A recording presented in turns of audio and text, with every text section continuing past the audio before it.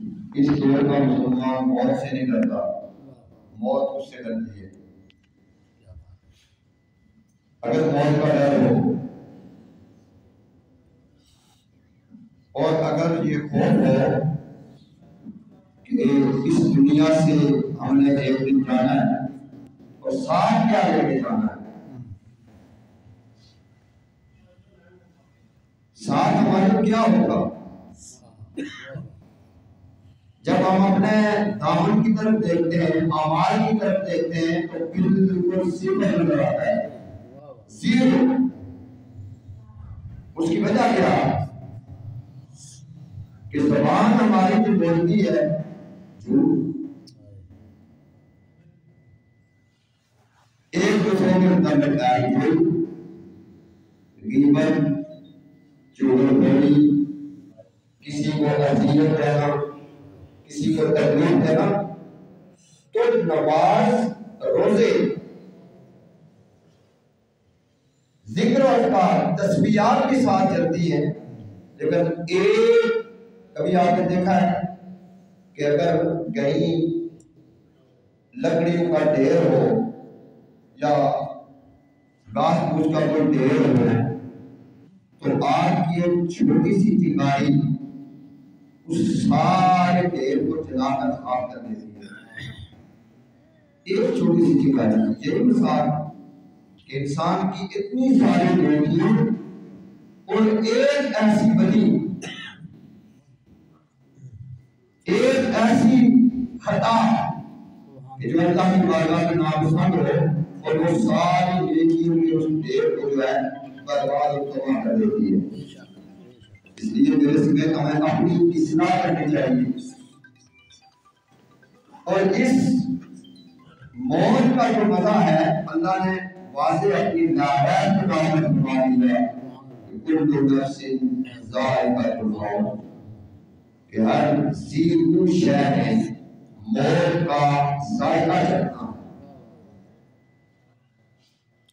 اور وہ موت اسی کو پتا ہے کہ جس پر موت طاری ہوتی ہے اس سے پوچھا جائے، جبریل امین نے سے پوچھا گیا کہ یہ موت کی تکلیف کیا ہے، سرکار دو عالم صلی اللہ علیہ وسلم نے دریافت کیا، دیکھیں کہ جسم میں تھوڑا سا درد ہو تو سارا جسم بے قرار ہے، بے شک اگر ایک کانٹا ٹوٹ جائے یا کیل ٹوٹ جائے یا سارا درد ہو جائے تو آدمی کی ساری طبیعت بے قرار ہو جاتی ہے۔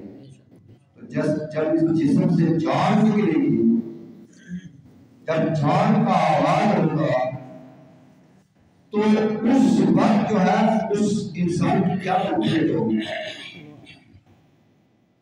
فرمایا جان کیسے نکالتے ہو؟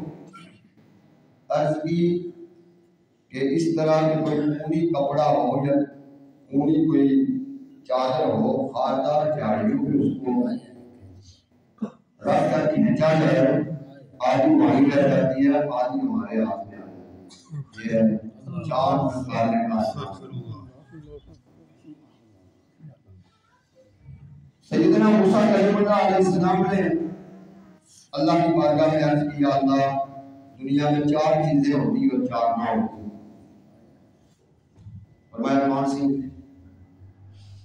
اللہ نے پوچھا بتا میرے پیغمبر کون سی چیزیں؟ یا اللہ دنیا میں زندگی ہوتی موت نہ ہوتی، دوسری یا اللہ امیری ہوتی غربت نہ ہوتی، تیسری یا اللہ تندرستی ہوتی بیماری نہ ہوتی، فرمایا چوتھی یا اللہ جنت ہوتی دوزخ نہ ہوتی۔ اللہ نے بنایا میرے پیغمبر تیرے سواب میں بس ہے، لیکن سن میں نے اس لیے بنایا ہے زندگی کے بعد موت، خلق الموت والحیات لیبلوکم ایکم احسن عملا، سبحان اللہ، کہ اگر زندگی ہوتی موت نہ ہوتی تو مجھے خدا کرنے والا کون ہوگا؟ اللہ اکبر، زندگی بھی کوئی دیتا ہے، موت بھی کوئی دیتا ہے۔ یہ اگرچہ انسانی فطرت میں ہے کہ نوجوان 22 چلا جائے، نوجوان باپ دنیا سے چلا جائے، نوجوان پڑوسی چلا جائے، فطرتاً انسان کو دکھ ہوتا ہے، لیکن اللہ نے زندگی بھی ایک نعمت دیا اور موت مرنا بھی ایک نعمت ہے، یہ بھی یاد رکھیں آپ۔ میں اس طرح نہیں جاتا، میں مختصر بتائیں۔ اللہ نے فرمایا اگر زندگی ہوتی موت نہ ہوتی تو مجھے خدا کون دیتا ہے؟ اللہ۔ دوسری، یا اللہ امیری ہوتی غربت نہ ہوتی، فرمایا مجھے یاد کون کرتا ہے؟ اللہ۔ لیکن نا کہ امیر لوگ بھی بڑے سب کے لیے نہیں کہتے ہیں، لیکن غریب کی زبان پر ہمیشہ اللہ کا شکر کرتا ہے۔ ٹھیک ہے، کسی سے آپ کو کیا ہے اللہ کا شکر ہے، الحمدللہ جس حال میں ہو۔ اور تیسری چیز، یا اللہ بیماری ہوتی، تندرستی ہوتی، بیماری نہ ہوتی، اللہ نے فرمایا میرا شکر کون ہے؟ جنت ہوتی، دوزخ نہ ہوتی، فرمایا میں اس سے ڈرتا کون؟ ڈرتا نا جنت سے؟ اللہ کرے جنت سے جتنا ہم کا نام سن کر ڈرتے ہیں، اسی طرح ہم جنت سے بچتے ہیں۔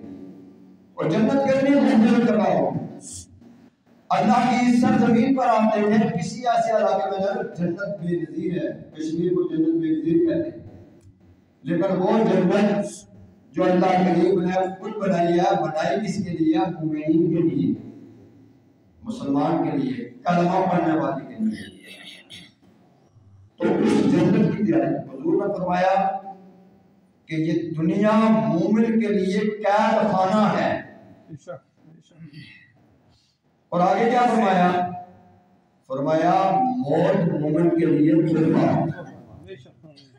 موت آئے گی، اس قید سے چھوٹے گے نا، آزاد ہو جائے گا، اور جس کے ہمارے سارے اور میرے رب کا جس پر کرم ہوگا تو پھر وہ سیدھا جنت میں جائے گا۔ اس لیے سمجھے گا ویسے بھی رمضان المبارک کا یہ مہینہ شروع ہونے والا ہے، اور اس میں جتنے میرے نوجوان میرے عزیز ہیں، میرے بھائی ہیں، خدا را اس موبائل سے آپ اپنی جان چھڑائیں اور اللہ کی طرف تسبیحات کریں، اللہ کے ذکر کی طرف بات کی طرف۔ دیکھیں کہ دل کے اندر جب ہم نماز پڑھتے پوری رات آدھی رات کی قربانی کرتے، موبائل کی جو شوقین ہے وہ موبائل میں، لیکن یہ کیا ہے؟ ہمارے اندر جو روحانیت ہے، جو خوف خدا ہے، جو ڈر ہے، وہ یہ سارا یہ موبائل چھین لے گا آپ سے۔ اس طرف کیا بندہ مومن، حضور کی حدیث کا مفہوم ہے کہ ایک گناہ کرتا ہے، ایک گناہ تو اس کے دل کے اندر ایک سیاہ نقطہ پڑ جاتا ہے۔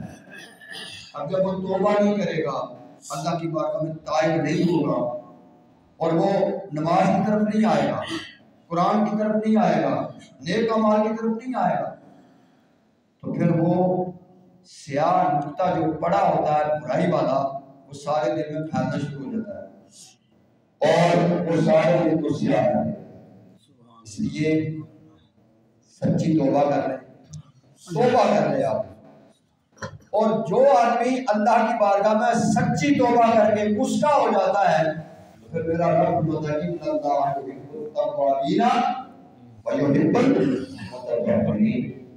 ٹائم ہو گیا، اور میں زاہد مغل طاہر مغل صاحب سے میرے عزیز ہیں، کیونکہ جب میں اس پلاٹ میں آیا تھا